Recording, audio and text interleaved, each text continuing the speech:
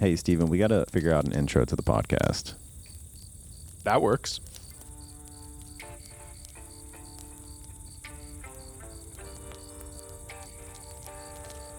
Hello, everybody, and thank you for listening to another episode of the No Fluff MSP Marketing Podcast.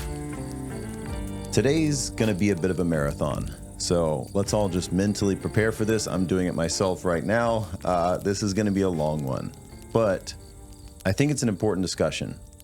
And I did an episode a few weeks ago on if I started an MSP tomorrow. It had a similar format where I am going to be doing a lot of reading. Fortunately, I got a lot of positive feedback from that. So hopefully me reading a lot of this is not distracting. Hopefully it still sounds helpful and, an organic conversation. But there is so much information in this one that I do need to have it on paper for the most part.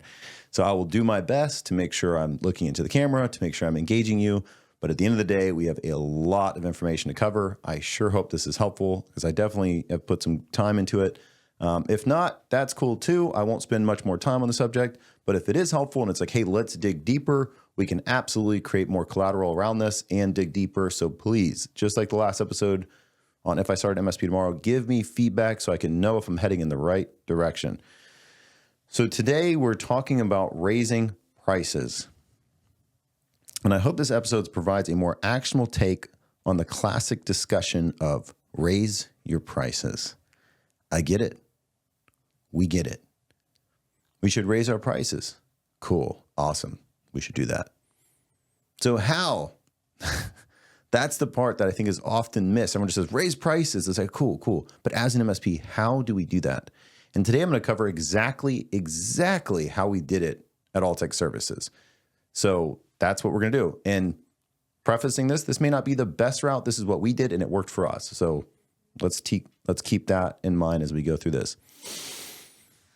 So to preface a couple of things, Alltech is the MSP that supports MSP Camp today. They are our MSP. They could literally double my price right now with no justification. And do you know what I would do? I would bitch, I would complain, and I would be annoyed with them. I would then continue to pay them every single month. Sure, we've had some things with them that have not been perfect. There have been times where I was waiting longer than I wanted. There's been times where one of the techs messed something up. Absolutely. But what I remember way more than that is the time that they saved our ass while we were at ScaleCon day one before it started. Like Genesis could not get into our computer. If we did not have Alltech, the beginning of ScaleCon would have been ruined. And I know everyone's like, oh, there's a bunch of techs in the room. It's like, no, like it was like our Azure AD instance. Like what is another tech in the room going to do? Like you had to have someone that knows your stuff to be able to fix the issue at hand. So like, that's what I remember. I remember knowing when I have an employee starting that they're going to be able to set up the laptop and have it there ready to go for my employee so it doesn't take me or them any time. And I remember them answering questions for me around, hey, how should I set up this email inbox? As a business owner, now using an MSP versus being at an MSP, I cannot even begin to explain how valuable it is having them as a resource. This is the quote that I think I know, we all know, so we need to feel this and understand this, that this is what our clients feel. Anything that costs less than the time it saves me is worth it to me. So anything that costs less than the time it saves me is worth it to me. That is 100% how your clients feel, at least if they're good clients. Here's another example before we dive right in. MSP Camp Scout Plus was $30 a month, less than 12 months ago. It's now $97 a month, 12 months later, and by the end of 2025, it will likely be $147 or $197. Now we lock in pricing, right? So anyone that gets in early has their pricing locked in, and we still have mini Scout Plus. So we still have mini Scout Plus members that are still paying $30, and they always will. So there's different pricing strategies as we talk about in this episode. Both help businesses make more money based on the services they're delivering, as they should. So there's lots of different ways to raise prices, and it doesn't necessarily have to be bringing legacy up, but we'll get into all of that. All right, y'all ready? Let's dive right in. So I just wanted to preface that you're providing more value than you think, and every business should be raising their prices, and we have to do it thoughtfully. So we're going to be discussing price increases in two categories. The first one is clients on legacy prices that you need to move up to current prices. So we all have those clients. Every single one of us listening to this right now, we have clients that are on legacy pricing, and we need to get them up to our current prices. Think about how much money you'd be making if you could do that tomorrow. Number two, price increase for managed clients that are at current prices. So you're saying, okay, these are the current prices. We are actually moving up to here, and we have to be able to thoughtfully and thoroughly get all of our clients up to that number. So those are the two categories that we're going to be covering today.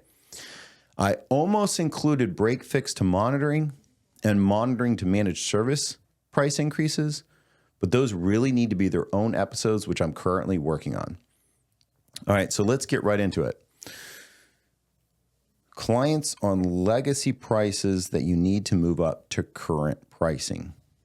And again, I promise we're going to get into the details, but I have to tell another story here. I was speaking with a client that was showing me the sales presentation that they are using in sales meetings. I'm not going to name drop who they got this presentation from. It was 60 minutes of straight scare tactics, Jesus. Seemed like the whole goal of the presentation was to put the prospect in defense and scare them. Overall, I'd rate it a 6 out of 10 though, because there was some good stuff in there. And the goal was to get the prospect to sign off on $300 a user. I asked, what was the close rate on this presentation? And the client, an MSP client, said 90%. I was absolutely floored. No freaking way. 90% of prospects are saying yes to $300 a user if this is the presentation being used. I was so floored, I just stopped for a second and thought about it. And then I asked a follow-up question. How many of the people that you presented this to were current clients? 80% were current clients. There we go. Close rate for prospects was significantly lower. Close rate for current clients was over 90%, and this proposal was almost doubling their agreement. To me, that was no surprise. You provide so much value. Alltech is my most important vendor, and I have a shitload for a business that's not that big, just over $1 million a year. Your clients are much bigger than me.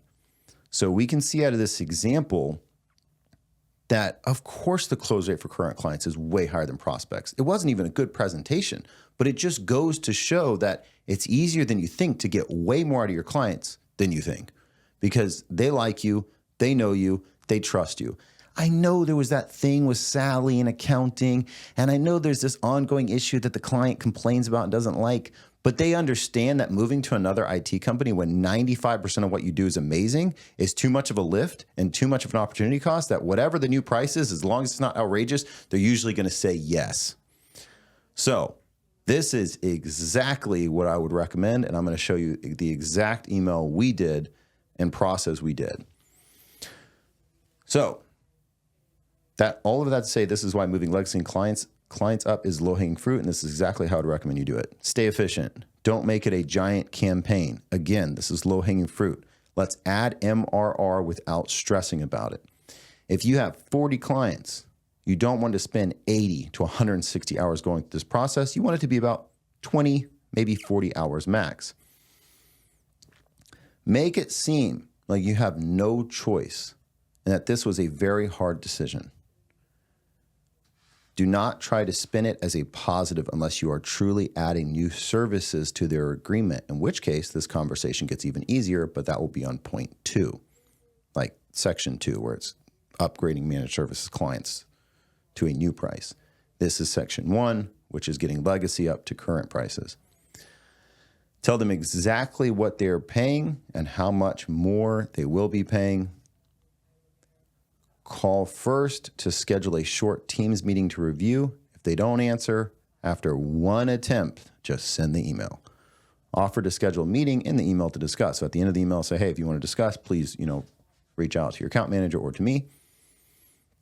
You can send them a proposal for them to sign if you want. We didn't. We did not. We just alerted them of the change and made the change. If I'm waiting on signatures, it's slowing things down. And again, I've got a lot of other initiatives. Raising your price from legacy to current is not even my most important initiative at the moment. I got to stay efficient. So if I'm waiting on signatures, it's slowing things down. I will let you decide on what you want to do there. I do not have a hard recommendation. That's just what we did. We just said, hey, this is what the new thing is. You already have our MSA. You already signed, the original contract. So we're just going to move your price up. Boom, done.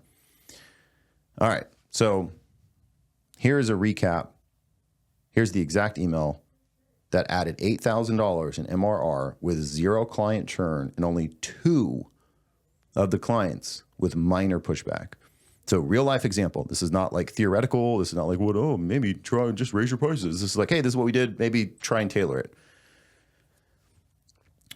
Hi, Blank.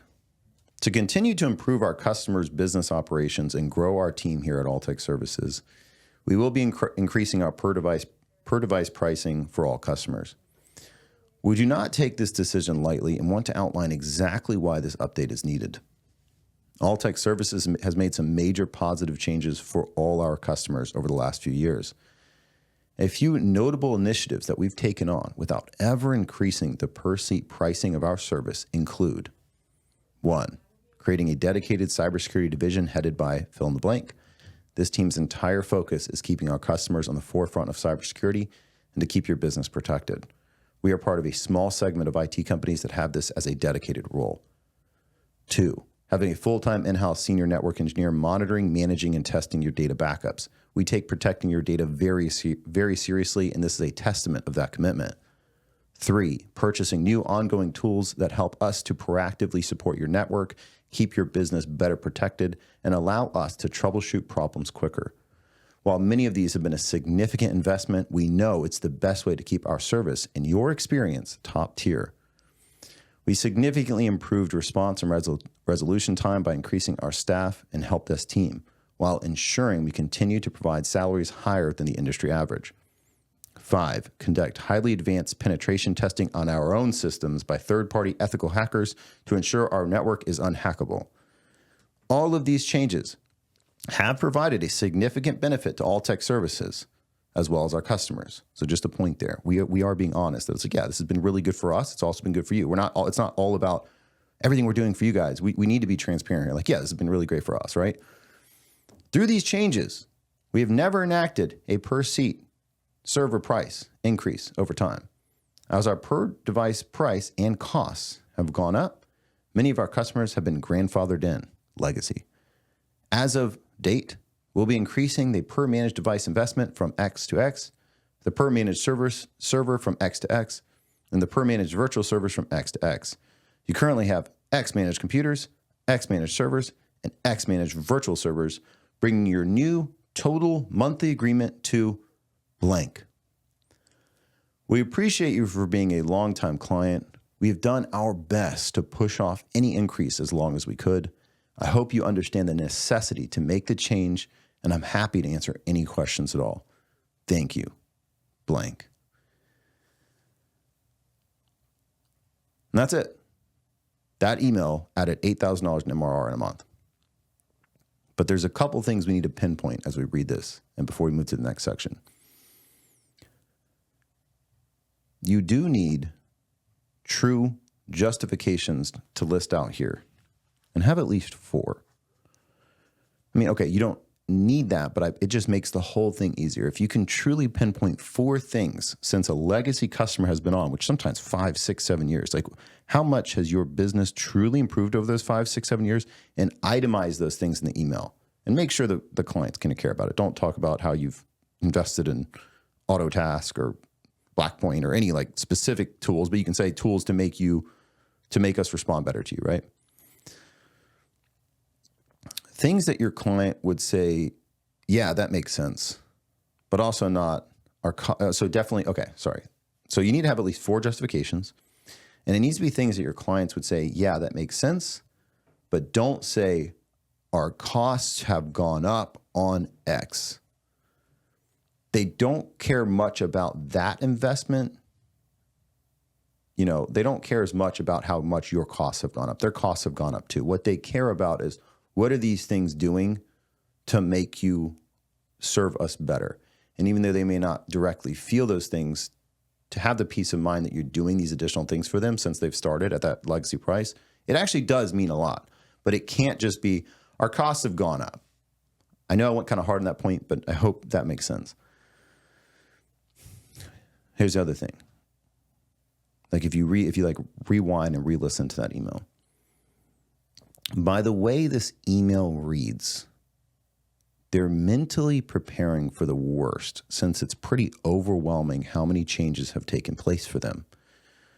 When they get to the bottom and their agreement is going from $2,000 MRR to $2,400 MRR, it's the easiest decision ever just to be cool with it, right? They're reading that. They're like, oh my God, what are they going to hit me with? They're expecting doubling their price. Like, oh God, what is this? Like, this is good stuff. Like, this is a lot. Like, they seem like they really don't want to do this, and it's coming. And they get to the bottom and it's a 10, 20% increase. They go, oh yeah, whatever. Like, that's exactly what happened. Like the whole email, they get to the bottom. It's like, oh, that's not a big deal. It's not a big deal at all, right? And they just move on. Truly being on their side. That's the other third point on this. We are not trying to spin this as a positive. I'm going to give you a good example here in a second. They're already getting the positives. They're already receiving the positives. You're just addressing the fact that for it to continue, you need to make this price increase. You are not trying to spin this as a positive. You're addressing the positives, but you understand that they don't want a price increase. You don't really want to have to give them a price increase, but it's happening either way.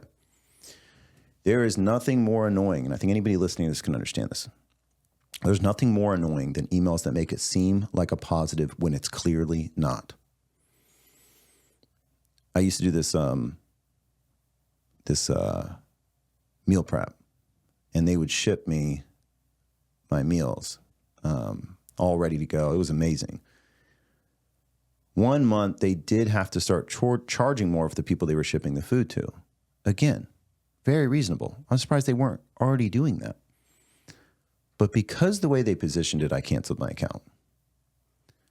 They somehow made it seem like charging me $25 more per delivery was a good thing.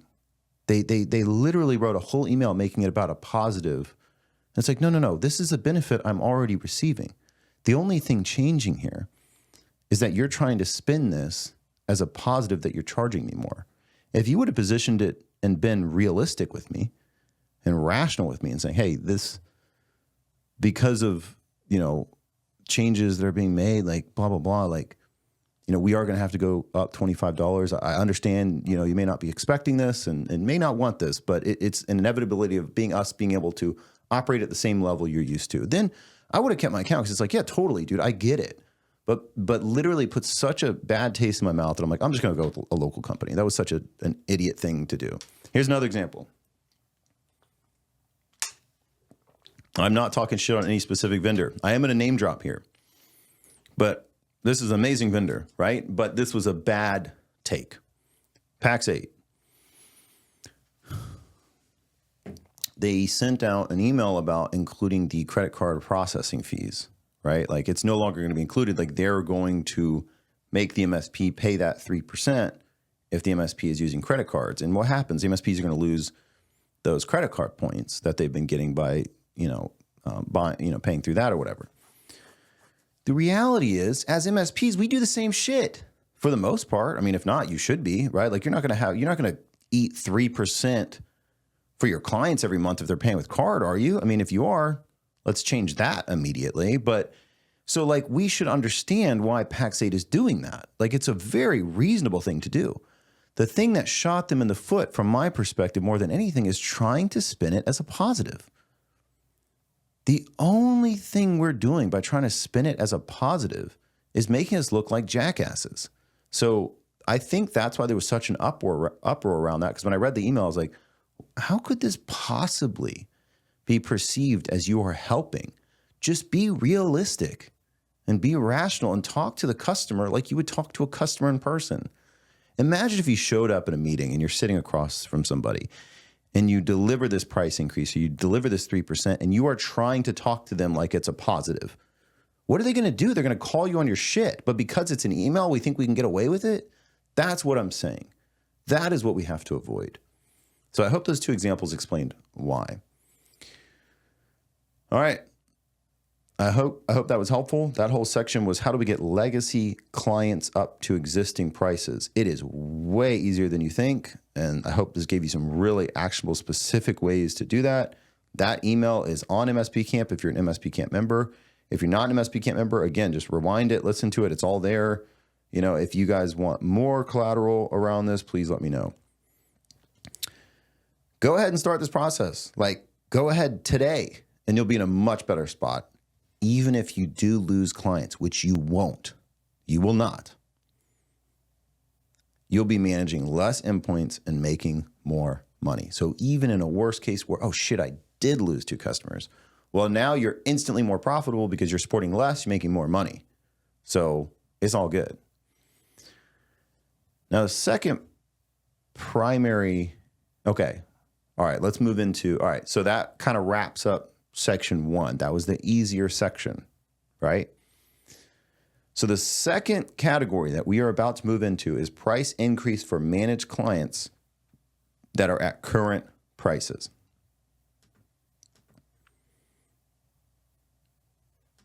So let's get into that now. I'm going to take a quick sip of water and we'll jump right in.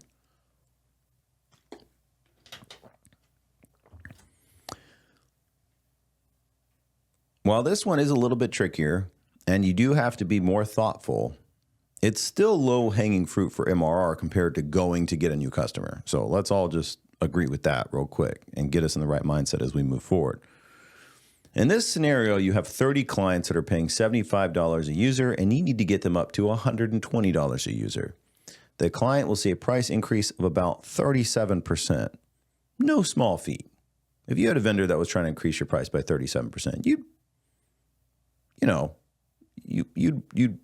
wouldn't immediately just be like, cool.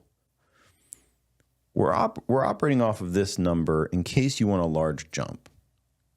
My advice would be to never increase a client's price by more than 10%. Unless, and this is annually, unless it's a client on legacy pricing, as we talked about, or other factors such as them just not being profitable. Like for them to be profitable, you have to increase 30%. Well, absolutely. Let's just go ahead and do this whole thing, get them up 30% because they're not profitable. We either need to fire them or move them up. Or you're adding a new service, like cross-selling new services. Those are the categories I would say you want to go more than 10%, like legacy client, not profitable, or cross-selling. We've easily increased a client's MRR by 100% in 1 year by cross-selling and upselling, but that's not what we're talking about here. So let's take that out of the equation. That's a totally different conversation, which we have coming up. So this is just like, we are increasing the client's price.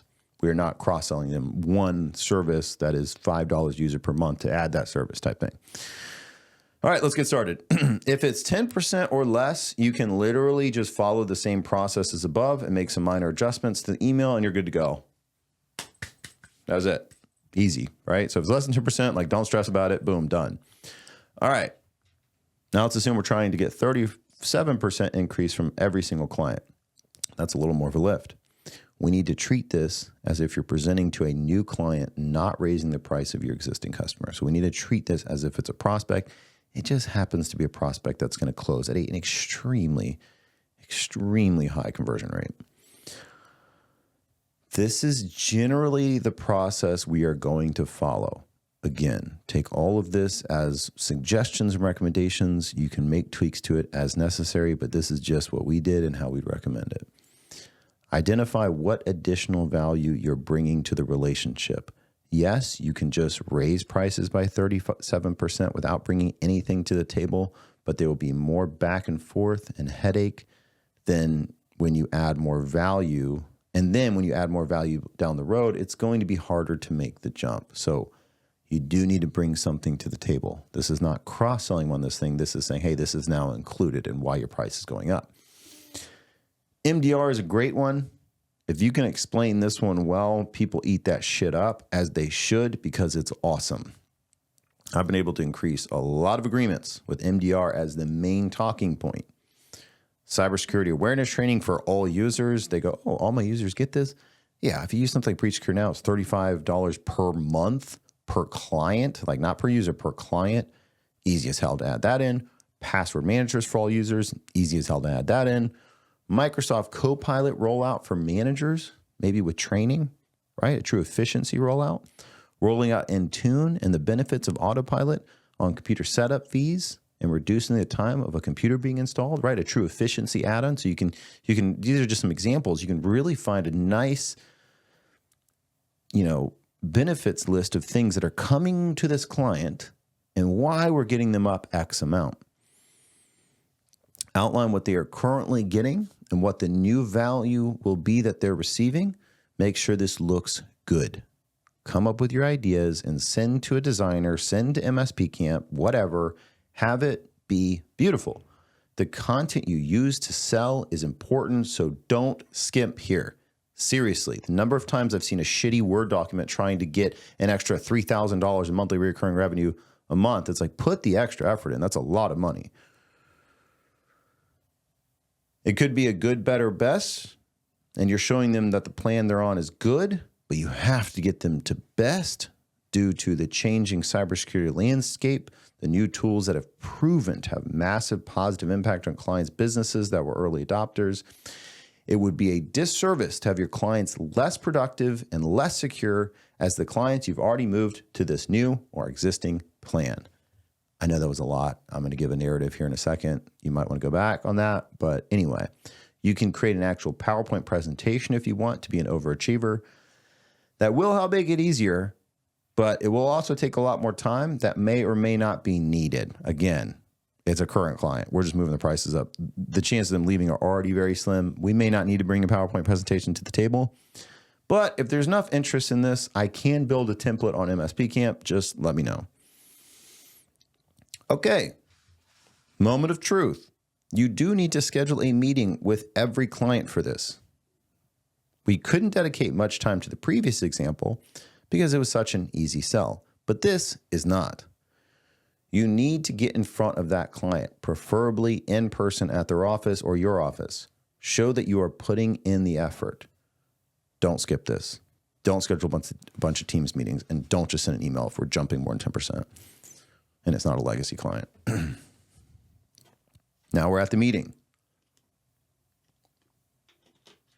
You want to bring a physical folder with current agreement, sales sheet for each new offering that they'll be receiving, and their new agreement.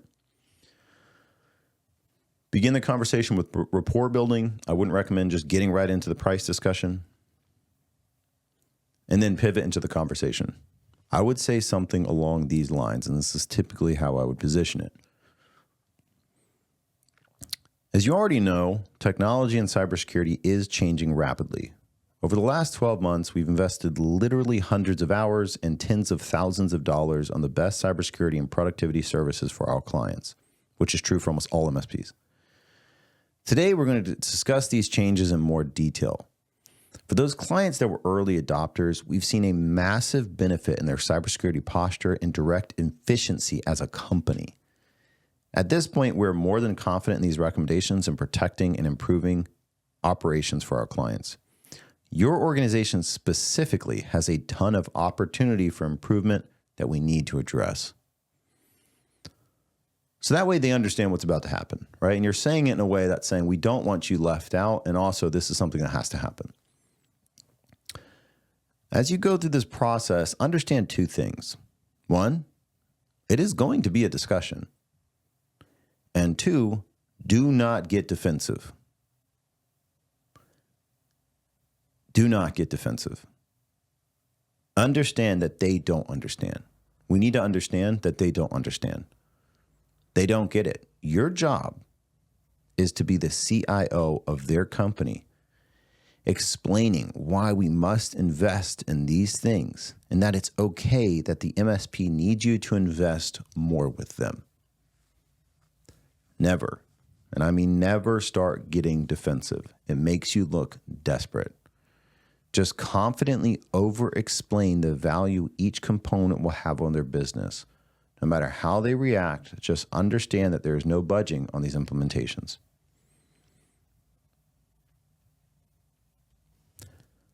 So then what happens next? 4 things are going to happen after you have that conversation. You bring all that to the table. 1, they happily accept. Great. 2, they reluctantly accept. Great. 3, they are really pushing back and not willing to accept on the spot. That's going to happen. No matter what sales training, no matter what people tell you, ultimatums, all that bullshit, that's going to happen. It's happened to me many times. It's going to happen to you, especially if we're talking about a big increase. So instead of me telling you, then you fire the client or you do it anyway, like everybody says, I'm sorry, that's bullshit. And we need to be realistic. So let's be realistic for a second. We need to ladder them up. No, not lather them up. Ladder them up with steps. I mean, you can lather them up if you want, but I don't know if that would go over well. So we'll just ladder them up. One thing we did quite often is we would outline the increase to the legacy client or current client. We know it was a big number, and sometimes no matter how much we tried, they were just not down for it. So we would set up a plan. Okay, we understand you just cannot manage this at the moment, but we'd have to get you here within 24 months. We'll split the increase into 4 increments over the next 24 months. Does that sound more manageable? There hasn't been a single time, not a single time in the 8 years that we've been doing this, that when we presented a number and we got a bunch of pushback, that when we presented this ladder approach, there hasn't been a single time where they declined. Because this is far out, they're growing their business, they know they'll be able to afford it in 6, 12, 24 months. They're like, sure, let's do that. And then you get to automatically do it without even talking to them because they signed off on it right then and there. And again, after we've gotten them up to speed, they also don't give a shit. Like once you get them to that 24-month part, cool. And it also shows like, look, we're on this for the long haul. Like you and me are going to be together for a long time. I'm cool with spreading it out. I don't need it right now. Like I know this is a partnership and it's long term. So it did have this weird like trust building exercise attached to it. Especially because we didn't do long 36-month contracts or anything like that. For the most part, I mean, we did have a couple of those with our larger clients, but for the most part, we were kind of like, hey, you have to sign a contract, but you can get out at any time. Number 4, the 4th thing that can happen, and again, we need to be mentally prepared for this too, they hard decline and threaten to search for another IT provider. Like if you're listening to this person and like, damn, the ladder approach isn't going to work either, you can have someone have a true decline. That's going to be okay. It's going to be rare, but you can have somebody that's just hard no, and that's fine. Don't fire them. But understand if that's the perspective they have of you, they're probably not a good client anyway. And if you review and find that they're not profitable, it actually may be worth cutting them loose because you'll actually get more time back for your more important customers. I don't know if you've ever read the book called The Pumpkin Plan, but that's kind of the gist of the whole thing. To get your prize-winning pumpkins, you really got to cut the ones that are sucking the resources. So this might be a good time to do that. And we've absolutely had to do that. And it's absolutely benefited our company every single time, both at Alltech and MSP Camp. As we come to the end here, one, I sure hope this was helpful. I hope this was, something that's going to give you tools you need to make more money at your business. That's like our whole goal. A couple of notable things.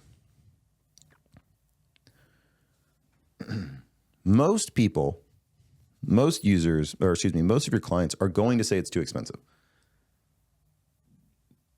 They're just going to say it. That's what they have to say. They literally can't just be like, absolutely, you guys deserve it. Send me that price now. You're just not going to get that. And that is okay.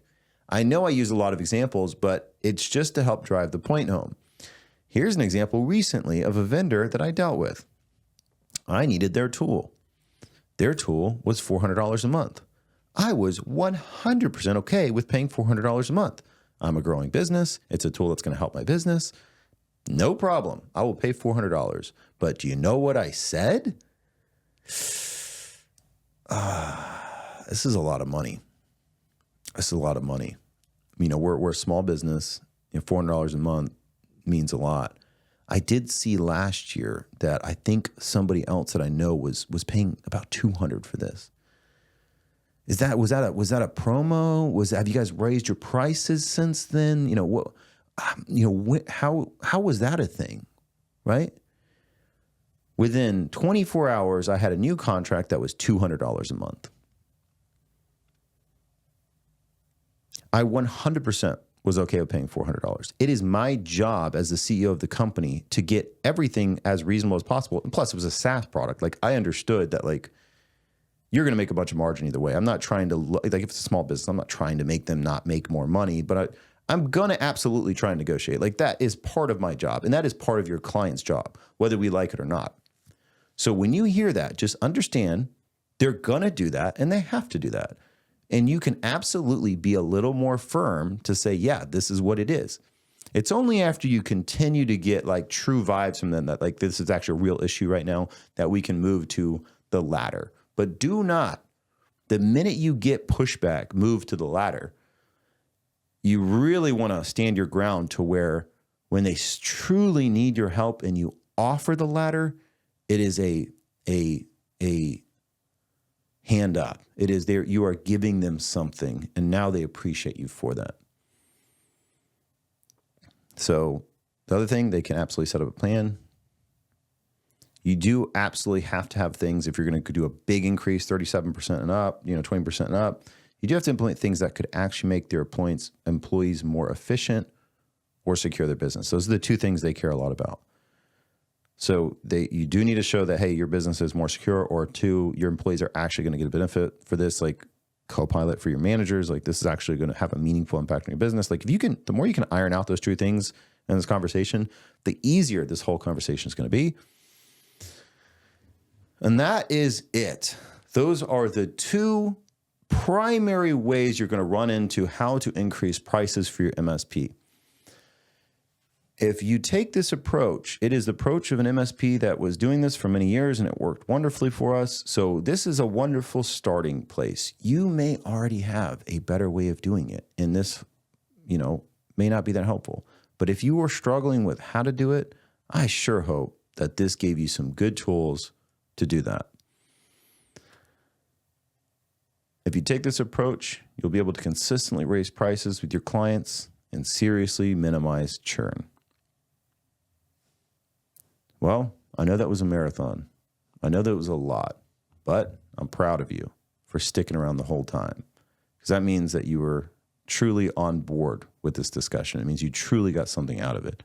So thank you and good shit, because you're the kind of person that sticks around and learns, and you're the kind of person that your business will get better over time. Just keep that mentality. Cool, y'all. Well, hey, I hope that was helpful. If you want more, less, whatever, please let me know. And I will see you on the next one.